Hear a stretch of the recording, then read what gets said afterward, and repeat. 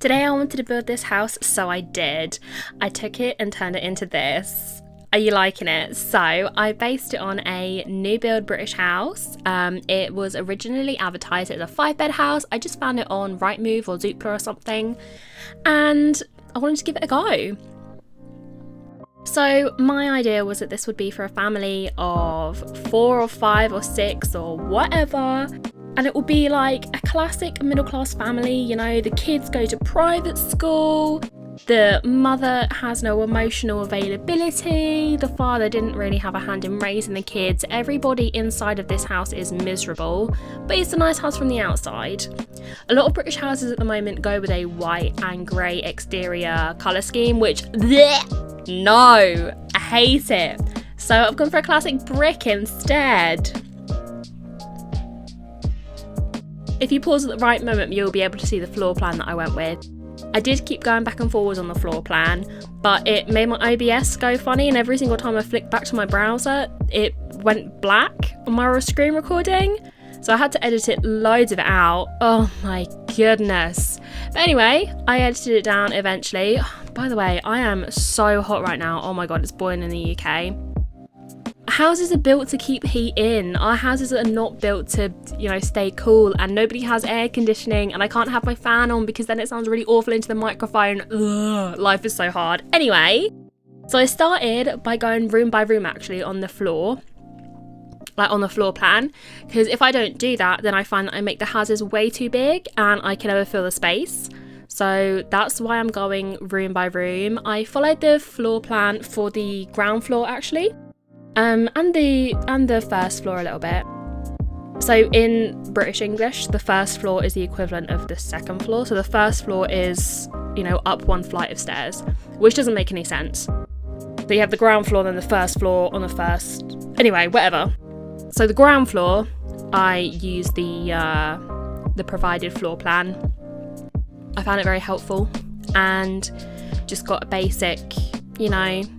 I wanted it to look like a show home, or as if it was a home that is, you know, it is a new build, it's just been put on the market, it's fairly neutrally decorated. So there we've got the utility room, which I actually ended up forgetting to decorate. What I was gonna do was make it the laundry room, but I wanted to keep this base game only. So this build is actually base game only, which I'm pretty happy about. And I find if you're struggling like with too much choice, which I often find I struggle with too much choice, just limit yourself. So that's what I've done. I limited myself, made it base game only. I didn't use any CC either, so this is on the gallery. This is actually my most successful build. I've had like 36 downloads on this build, which for me is, I'm really pleased with that. I'm proper chuffed. It made me really happy. So I put the dining room toward the back, and it's got doors out into the back garden, which I do at the end. Roofing was a little bit of an issue because I wanted to go up into the attic space as the original house, like the actual real house does. But doing that on the Sims can be a bit difficult, especially when you're putting in dormer windows and it clips with the roof, or it looks all funny, but I did my best. And I actually came up with a little kind of story in my head that I thought would be appropriate, but I'll talk about that when I actually get to that part of the room, or that part of the house. This was a really enjoyable build. Again, doing it just base game was strangely satisfying, and I had this family in mind as well, that they were like very boring. You know, the kids go to private school and don't engage with the parents, and nobody's really happy. And they summer in Cannes and they winter in the Alps and blah, blah, blah. You know, that kind of, loads of people like that live around here.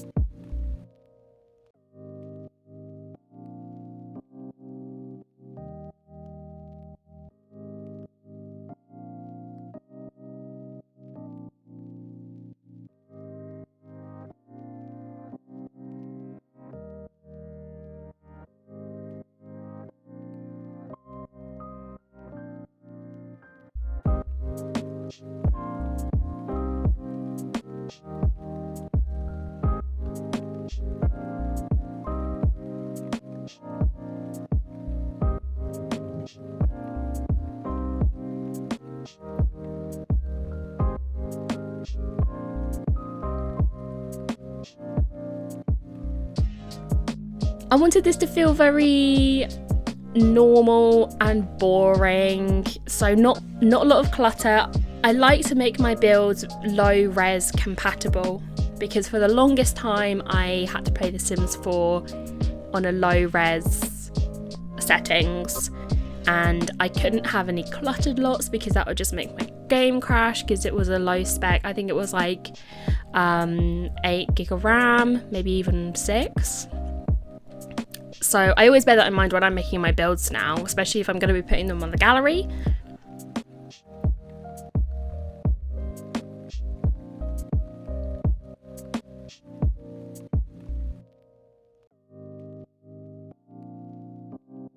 On the floor plan, they had this room as a kitchen room and also a family room, which I thought was really nice actually. So it's got some sofas in it, or it will do once I put them in. Got the double stovetops. I can't wait for the designer game pack to come on sale, because I really want to have those glass top stovetops, or the glass stovetops, and a separate oven. I think are they called induction hobs or something? They're just so easy to clean. Oh my god, my granny has one and they're just dreamy. The hallway, I wanted to make it a little bit cluttered, as if like you can see that there are kids living there, like maybe it's just been sold and people have just moved in. They haven't quite had time to personalise it to themselves, so it's still quite impersonal, but there are touches of personality here and there. Not that I think that anybody that lives here will have personality, but we live in hope.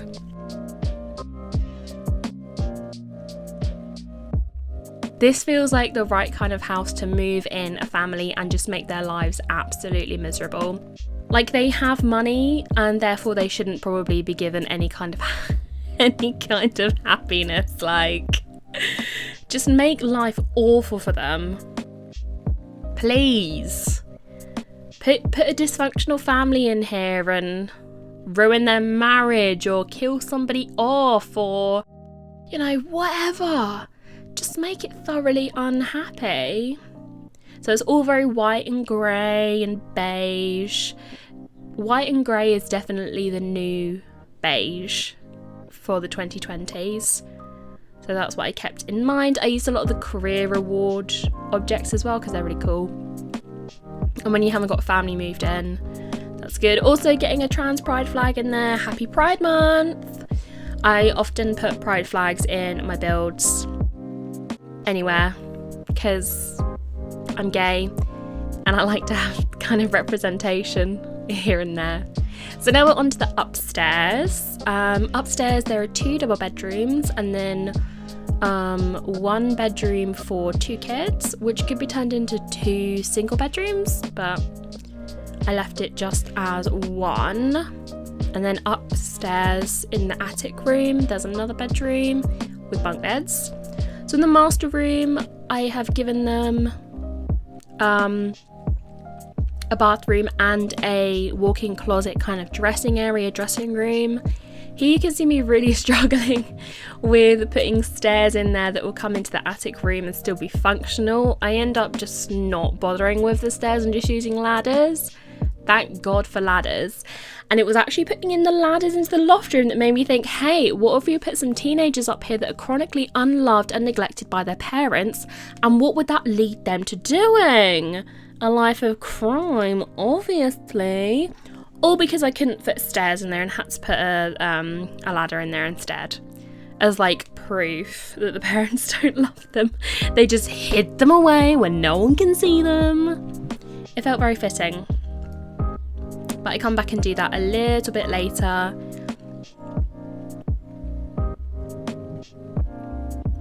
It was difficult to get the dormer windows to look exactly how I wanted them to, because you can't put walls on half tiles at the moment. Hopefully in a future update we'll be able to, but at the moment you can't. So where I wanted them, I couldn't. I had to have 3 tiles instead of the 2 tiles on the half tile placement, if you know what I mean. So that made them feel a little bit off center. I think I do end up making them 2 tiles each, but it's not ideal. Also in the actual house, the dormer windows have a flat roof. I did try that, but I didn't like it, so I've just gone to a traditional roof on there. So now we're going back to the middle floor, let's call it, to avoid confusion. Popping the ladder in there. And just checking everything. So I use the same wallpaper here, there and everywhere, I think. Again, it's just a fairly neutral, plain, boring wallpaper. I think that's also nice to have on the gallery because it leaves a lot of room for people to add their own personality or adapt it for specific sims, you know. So this is the kids' room. I thought that, hey, there'd be maybe a boy and a girl, but they're still kids, so they still share a room for the moment. Obviously, as they move into teenage years, they'll probably get their own rooms. I really like the idea that the kids absolutely hate each other and hate sharing a room. But I put a nice sofa in there so their nanny can read them to bed because their parents don't actually give two hoots about them. I tried to give this room more personality than the other rooms as well, because the kids' stuff is, even in base game, the kids' stuff is pretty fun. Gives an excuse to be nice and colourful. And I never really used the dragon toy either. I will use the bear and the cat and dog from Cats and Dogs pack, but not really that dragon. So use the dragon in this build. Used fairly high-end items across the house as well, because obviously this is built with more affluent sims in mind, giving them the luxury that they can unfortunately afford but do not deserve. So this is the family bathroom. Again, very neutral, very plain, very boring. I started to really utilise curtains and blinds at the moment, which I know sounds really stupid, but I haven't really used them in builds in the past. And it just gives more of a sense of personality or actually lived in stuff, which is what I've done with the toothpaste and the hand wash and stuff as well. I've struggled in the past with making builds feel more real and lived in, and it is just popping the clutter here and there and the curtains and the blinds and stuff that really makes a bit of a difference, at least I think, for my builds. As someone who builds don't also come too naturally to, adding clutter and curtains and rugs just helps make things, it just takes it to the next level. It makes it feel less clinical, although to a certain extent, I think, as I said, I did want this to feel personality-less. Also, having a floor plan to actually work too. I've had to cut it out because, again, it made my OBS go very funny, my screen catcher program go very funny. But I was constantly going back between the program and like the Sims and the floor plan just so I could keep really on track with where everything should be. I wasn't the biggest fan of the way that the floor plan had been done for this real house, but I didn't have anything better to come up with. So the master bedroom was big enough that I wanted a nice seating area with a little bit of clutter in there, some plants, one of the tiny bookshelves, like just the pile of books. I did also consider putting some knives above the master bed headboard, but decided against it when I found a better decoration. I did not use move objects for the interior of the house either, and that's so if it is downloaded on console or somebody who doesn't really know how to use cheats, then nothing is lost. And the less cluttered it is with move objects, the easier it is for lower res computers or laptops to handle, which again is something that I think is quite important. And although you see these amazing, detailed, fantastic builds on the gallery, some of them are there's just so much going on, it's impossible for you to actually run and play it. And that's also why I don't use move objects when I'm decorating a house, unless I'm putting plants in or putting things on the wall, because that can reduce the playability of an actual build. So I never use move objects when doing an interior. So here is the attic room. I decided that there would be twins who are teens, who are evil because their parents didn't love them, sent them away to boarding school, and gave them all this money but never actually cared about them. So they decided that money was the only thing that they cared about. So they are now involved with criminal activity. You'll see they've got duffel bags of cash, they've got gold bars, they've got a baseball bat for battering, and they also have the microscope machine because maybe they're into evil sciencey stuff and bleh. Also, I didn't know what else to put there. So I decided that's where the evil twins live, hidden up in the attic where mummy and daddy don't want them. You know the kind of vibe. So that's the interior of the house done. Ta-da! Now coming on to the outside. So for new builds, the outside of houses are really sort of regimented. I don't really know the right word. I was going to give them a garage, but Sims 4 could never, I repeat never. Sims 4 when? Cars when? So out of the utility room, I've got the back door and I've got a gate for the bins to go on the other side. Because most British houses now, local authorities, so like your local council, either your city or your district, will provide you with a wheelie bins or some kind of bin for weekly collection. Usually your recycling is once every 2 weeks and your green garden waste is once every 2 weeks, and then your general waste is every week. But check in with your local district or city council to figure out what that is, when that is. Top tip. And just getting some outside space for this. So when doing outside space, I will usually use move objects because that is generally when I use plants. And if I'm putting down furniture, as you can see here, I've just turned move objects off to make sure that everything remains very playable. That way also I don't have to play test it because I know that it will work, because that's the point of the limitations of objects. Generally it will still work. So on the outside we've got a small little decking area, so we've got a barbecue for Dad's barbecue and a seating area with an umbrella because we don't want to get burnt. I'm actually sat here burnt just from being out in the sun for 2 hours today. My shoulders are on fire, but that's by the by.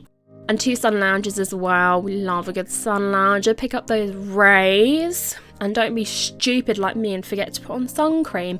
But it's alright because I still have my SPF 40 moisturiser on my face, so that was absolutely fine. And round the back, going out of the back door to the 3 bins. You can see I put out the 3, so I've got 1 for cardboard and paper recycling, 1 for garden recycling, and 1 for general refuse, whatever. And some nice playing equipment for the kids. A little bit of gardening for mum when she's dissatisfied with her marriage and she can turn to the plants instead. And some nice window boxes. I love a good window box, especially if I'm doing a more British style build. As you can tell from my voice, I am British. So this is the kind of thing that I see more often. Houses like this, not every day unless I go for a nice drive to the nice end of town. I'm more likely to see these than a lovely blue Suburban, let's say. Also got a nice gate at the back of the garden, which when in live mode, obviously that can be locked for the family to avoid any people using the wrong way. Turned on move objects just to add some plants and some cute flowers around the base of the tree. I love doing that, having a tree and having flowers all around the base. And that is pretty much that done. This took a couple of hours for me to build, and I'm really proud of it. You can find it on the gallery under my username of elliecrossing, all one word. Again, it's low resolution compatible, it is base game only, And if you do play it, I hope you have fun, and I hope you absolutely destroy the lives of the Sims that you put in there. Thank you so much for watching. Take care.